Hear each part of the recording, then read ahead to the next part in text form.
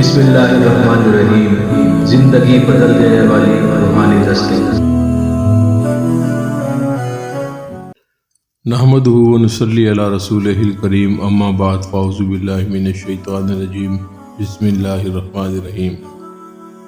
امید ہے ہمارے روحانی دستک کے معزز ناظرین و سامعین خیر و عافیت کے ساتھ ہوں گے۔ ماہ شعبان المعظم کی آمد ہے اور یہ وہ بابرکت مہینہ ہے جس کے اندر اللہ کریم کی بے بہا نعمتیں، برکتیں، رفتیں، انعامات اس دنیا پر اور اہل جہان پر نازل ہوتی ہیں۔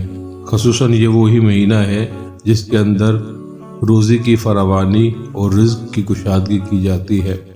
جس کے مقدر میں جتنی روزی لکھی ہوتی ہے اس کو لکھ دیا جاتا ہے۔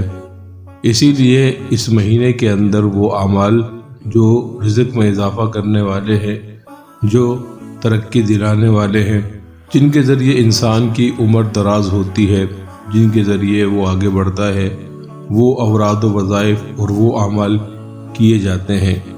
آج آپ احباب کے لیے ایسا ہی ایک خاص عمل ماہ شعبان المعظم کر لے کر آئے ہیں۔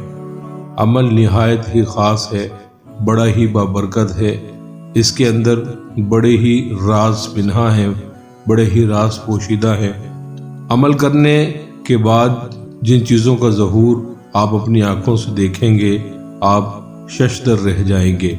یہ 5 دن کا عمل ہے جو آپ نے ماہ شعبان المعظم میں کرنا ہے۔ بہتر ہے کہ ماہ شعبان المعظم کے شروع کے پہلے ہفتے میں ہی اس عمل کو کر لیجئے۔ عمل نہایت آسان ہے، مختصر سا عمل ہے، مشکل عمل نہیں ہے۔ اس لیے چاہے تو شروع میں ہی کر لیں، اور اگر شروع میں نہ کر سکیں تو پورے ماہ شعبان المعظم میں کبھی بھی آپ 5 دن تک اس عمل کو متواتر کر سکتے ہیں اور اس کی برکتیں حاصل کر سکتے ہیں۔ اس اہم موضوع پر اہم گفتگو چلتی رہے گی۔ اگر آپ ہمارے چینل پر نئے ہیں تو ہمارے چینل کو سبسکرائب کر دیجئے، بیل آئیکن کو ضرور پریس کیجئے تاکہ ہماری ہر نئی آنے والی ویڈیو آپ کو بر وقت حاصل ہو سکے۔ اس عمل کو کرنے سے ہوگا کیا؟ اس عمل کو کرنے سے اگر آپ کے کاروبار میں برکت نہیں ہے، آپ کے کاروبار میں برکت آ جائے گی، آپ کے رزق میں فراوانی ہو جائے گی۔ آپ بے برکتی کا شکار ہیں، بے برکتی دور ہو جائے گی۔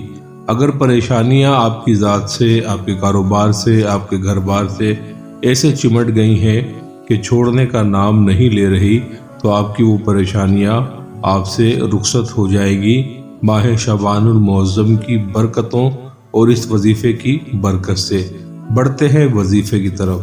آپ نے یہ کرنا ہے، باوضو ہو کر اچھی طریقے کے ساتھ وضو کیجئے۔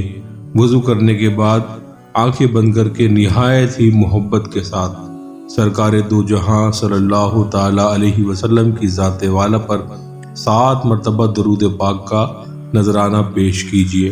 بہتر ہے کہ درود ابراہیمی پڑھیے جو نماز میں پڑھا جاتا ہے۔ اگر درود ابراہیمی آپ کو یاد نہیں یا اور کوئی درود آپ پڑھنا چاہتے ہیں تو وہ درود پاک بھی آپ پڑھ سکتے ہیں۔ درود پاک پڑھنے کے بعد 21 مرتبہ آپ نے سورہ قدر پڑھنا ہے۔ سورہ قدر جو 30ویں پارے کے اندر موجود ہے، اِنَّا أَنزَلْنَاهُ فِي لَيْلَةِ الْقَدْرِ، یہ سورت آپ نے 21 مرتبہ پڑھنی ہے۔ 21 مرتبہ پڑھنے کے بعد آخر میں دوبارہ محبت کے ساتھ 7 مرتبہ درود پاک آپ نے حضور علیہ الصلوۃ والسلام کی ذات والا پر پیش کرنا ہے۔ اس کے بعد اللہ رب العزت کی بارگاہ میں اپنے ہاتھوں کو اٹھانا ہے، نہایت ہی عاجزی کے ساتھ، انکساری کے ساتھ، خلوص کے ساتھ، محبت کے ساتھ اپنا جو مسئلہ ہو، اپنا جو مدعا ہو، اپنی جو پریشانی ہو، اپنا جو استغاثہ ہو، وہ اللہ کی بارگاہ میں پیش کرنا ہے۔ رزق میں برکت چاہتے ہیں، اپنے رزق کا مسئلہ پیش کریں۔ کاروبار میں فراوانی چاہتے ہیں، کاروبار میں فراوانی کا مسئلہ پیش کریں۔ گھر میں پریشانیوں نے، بیماریوں نے ڈیرا ڈالا ہوا ہے، وہ مسئلہ اللہ کی بارگاہ میں پیش کریں اور وسیلہ اس عمل کو بنائیں۔ اللہ سے دعا کریں کہ میں نے یہ جو سورہ قدر کا وظیفہ کیا ہے، اس کی برکت سے میرے جملہ مسائل حل ہو جائیں۔ اسی طرح ہماری وہ بہنیں بیٹیاں جو گھروں میں اچھے رشتوں کے انتظار میں بیٹھی ہیں اور اچھے رشتے نہیں آتے، وہ بھی اس کے وسیلے سے اپنے لیے اچھے رشتوں کی دعا کریں۔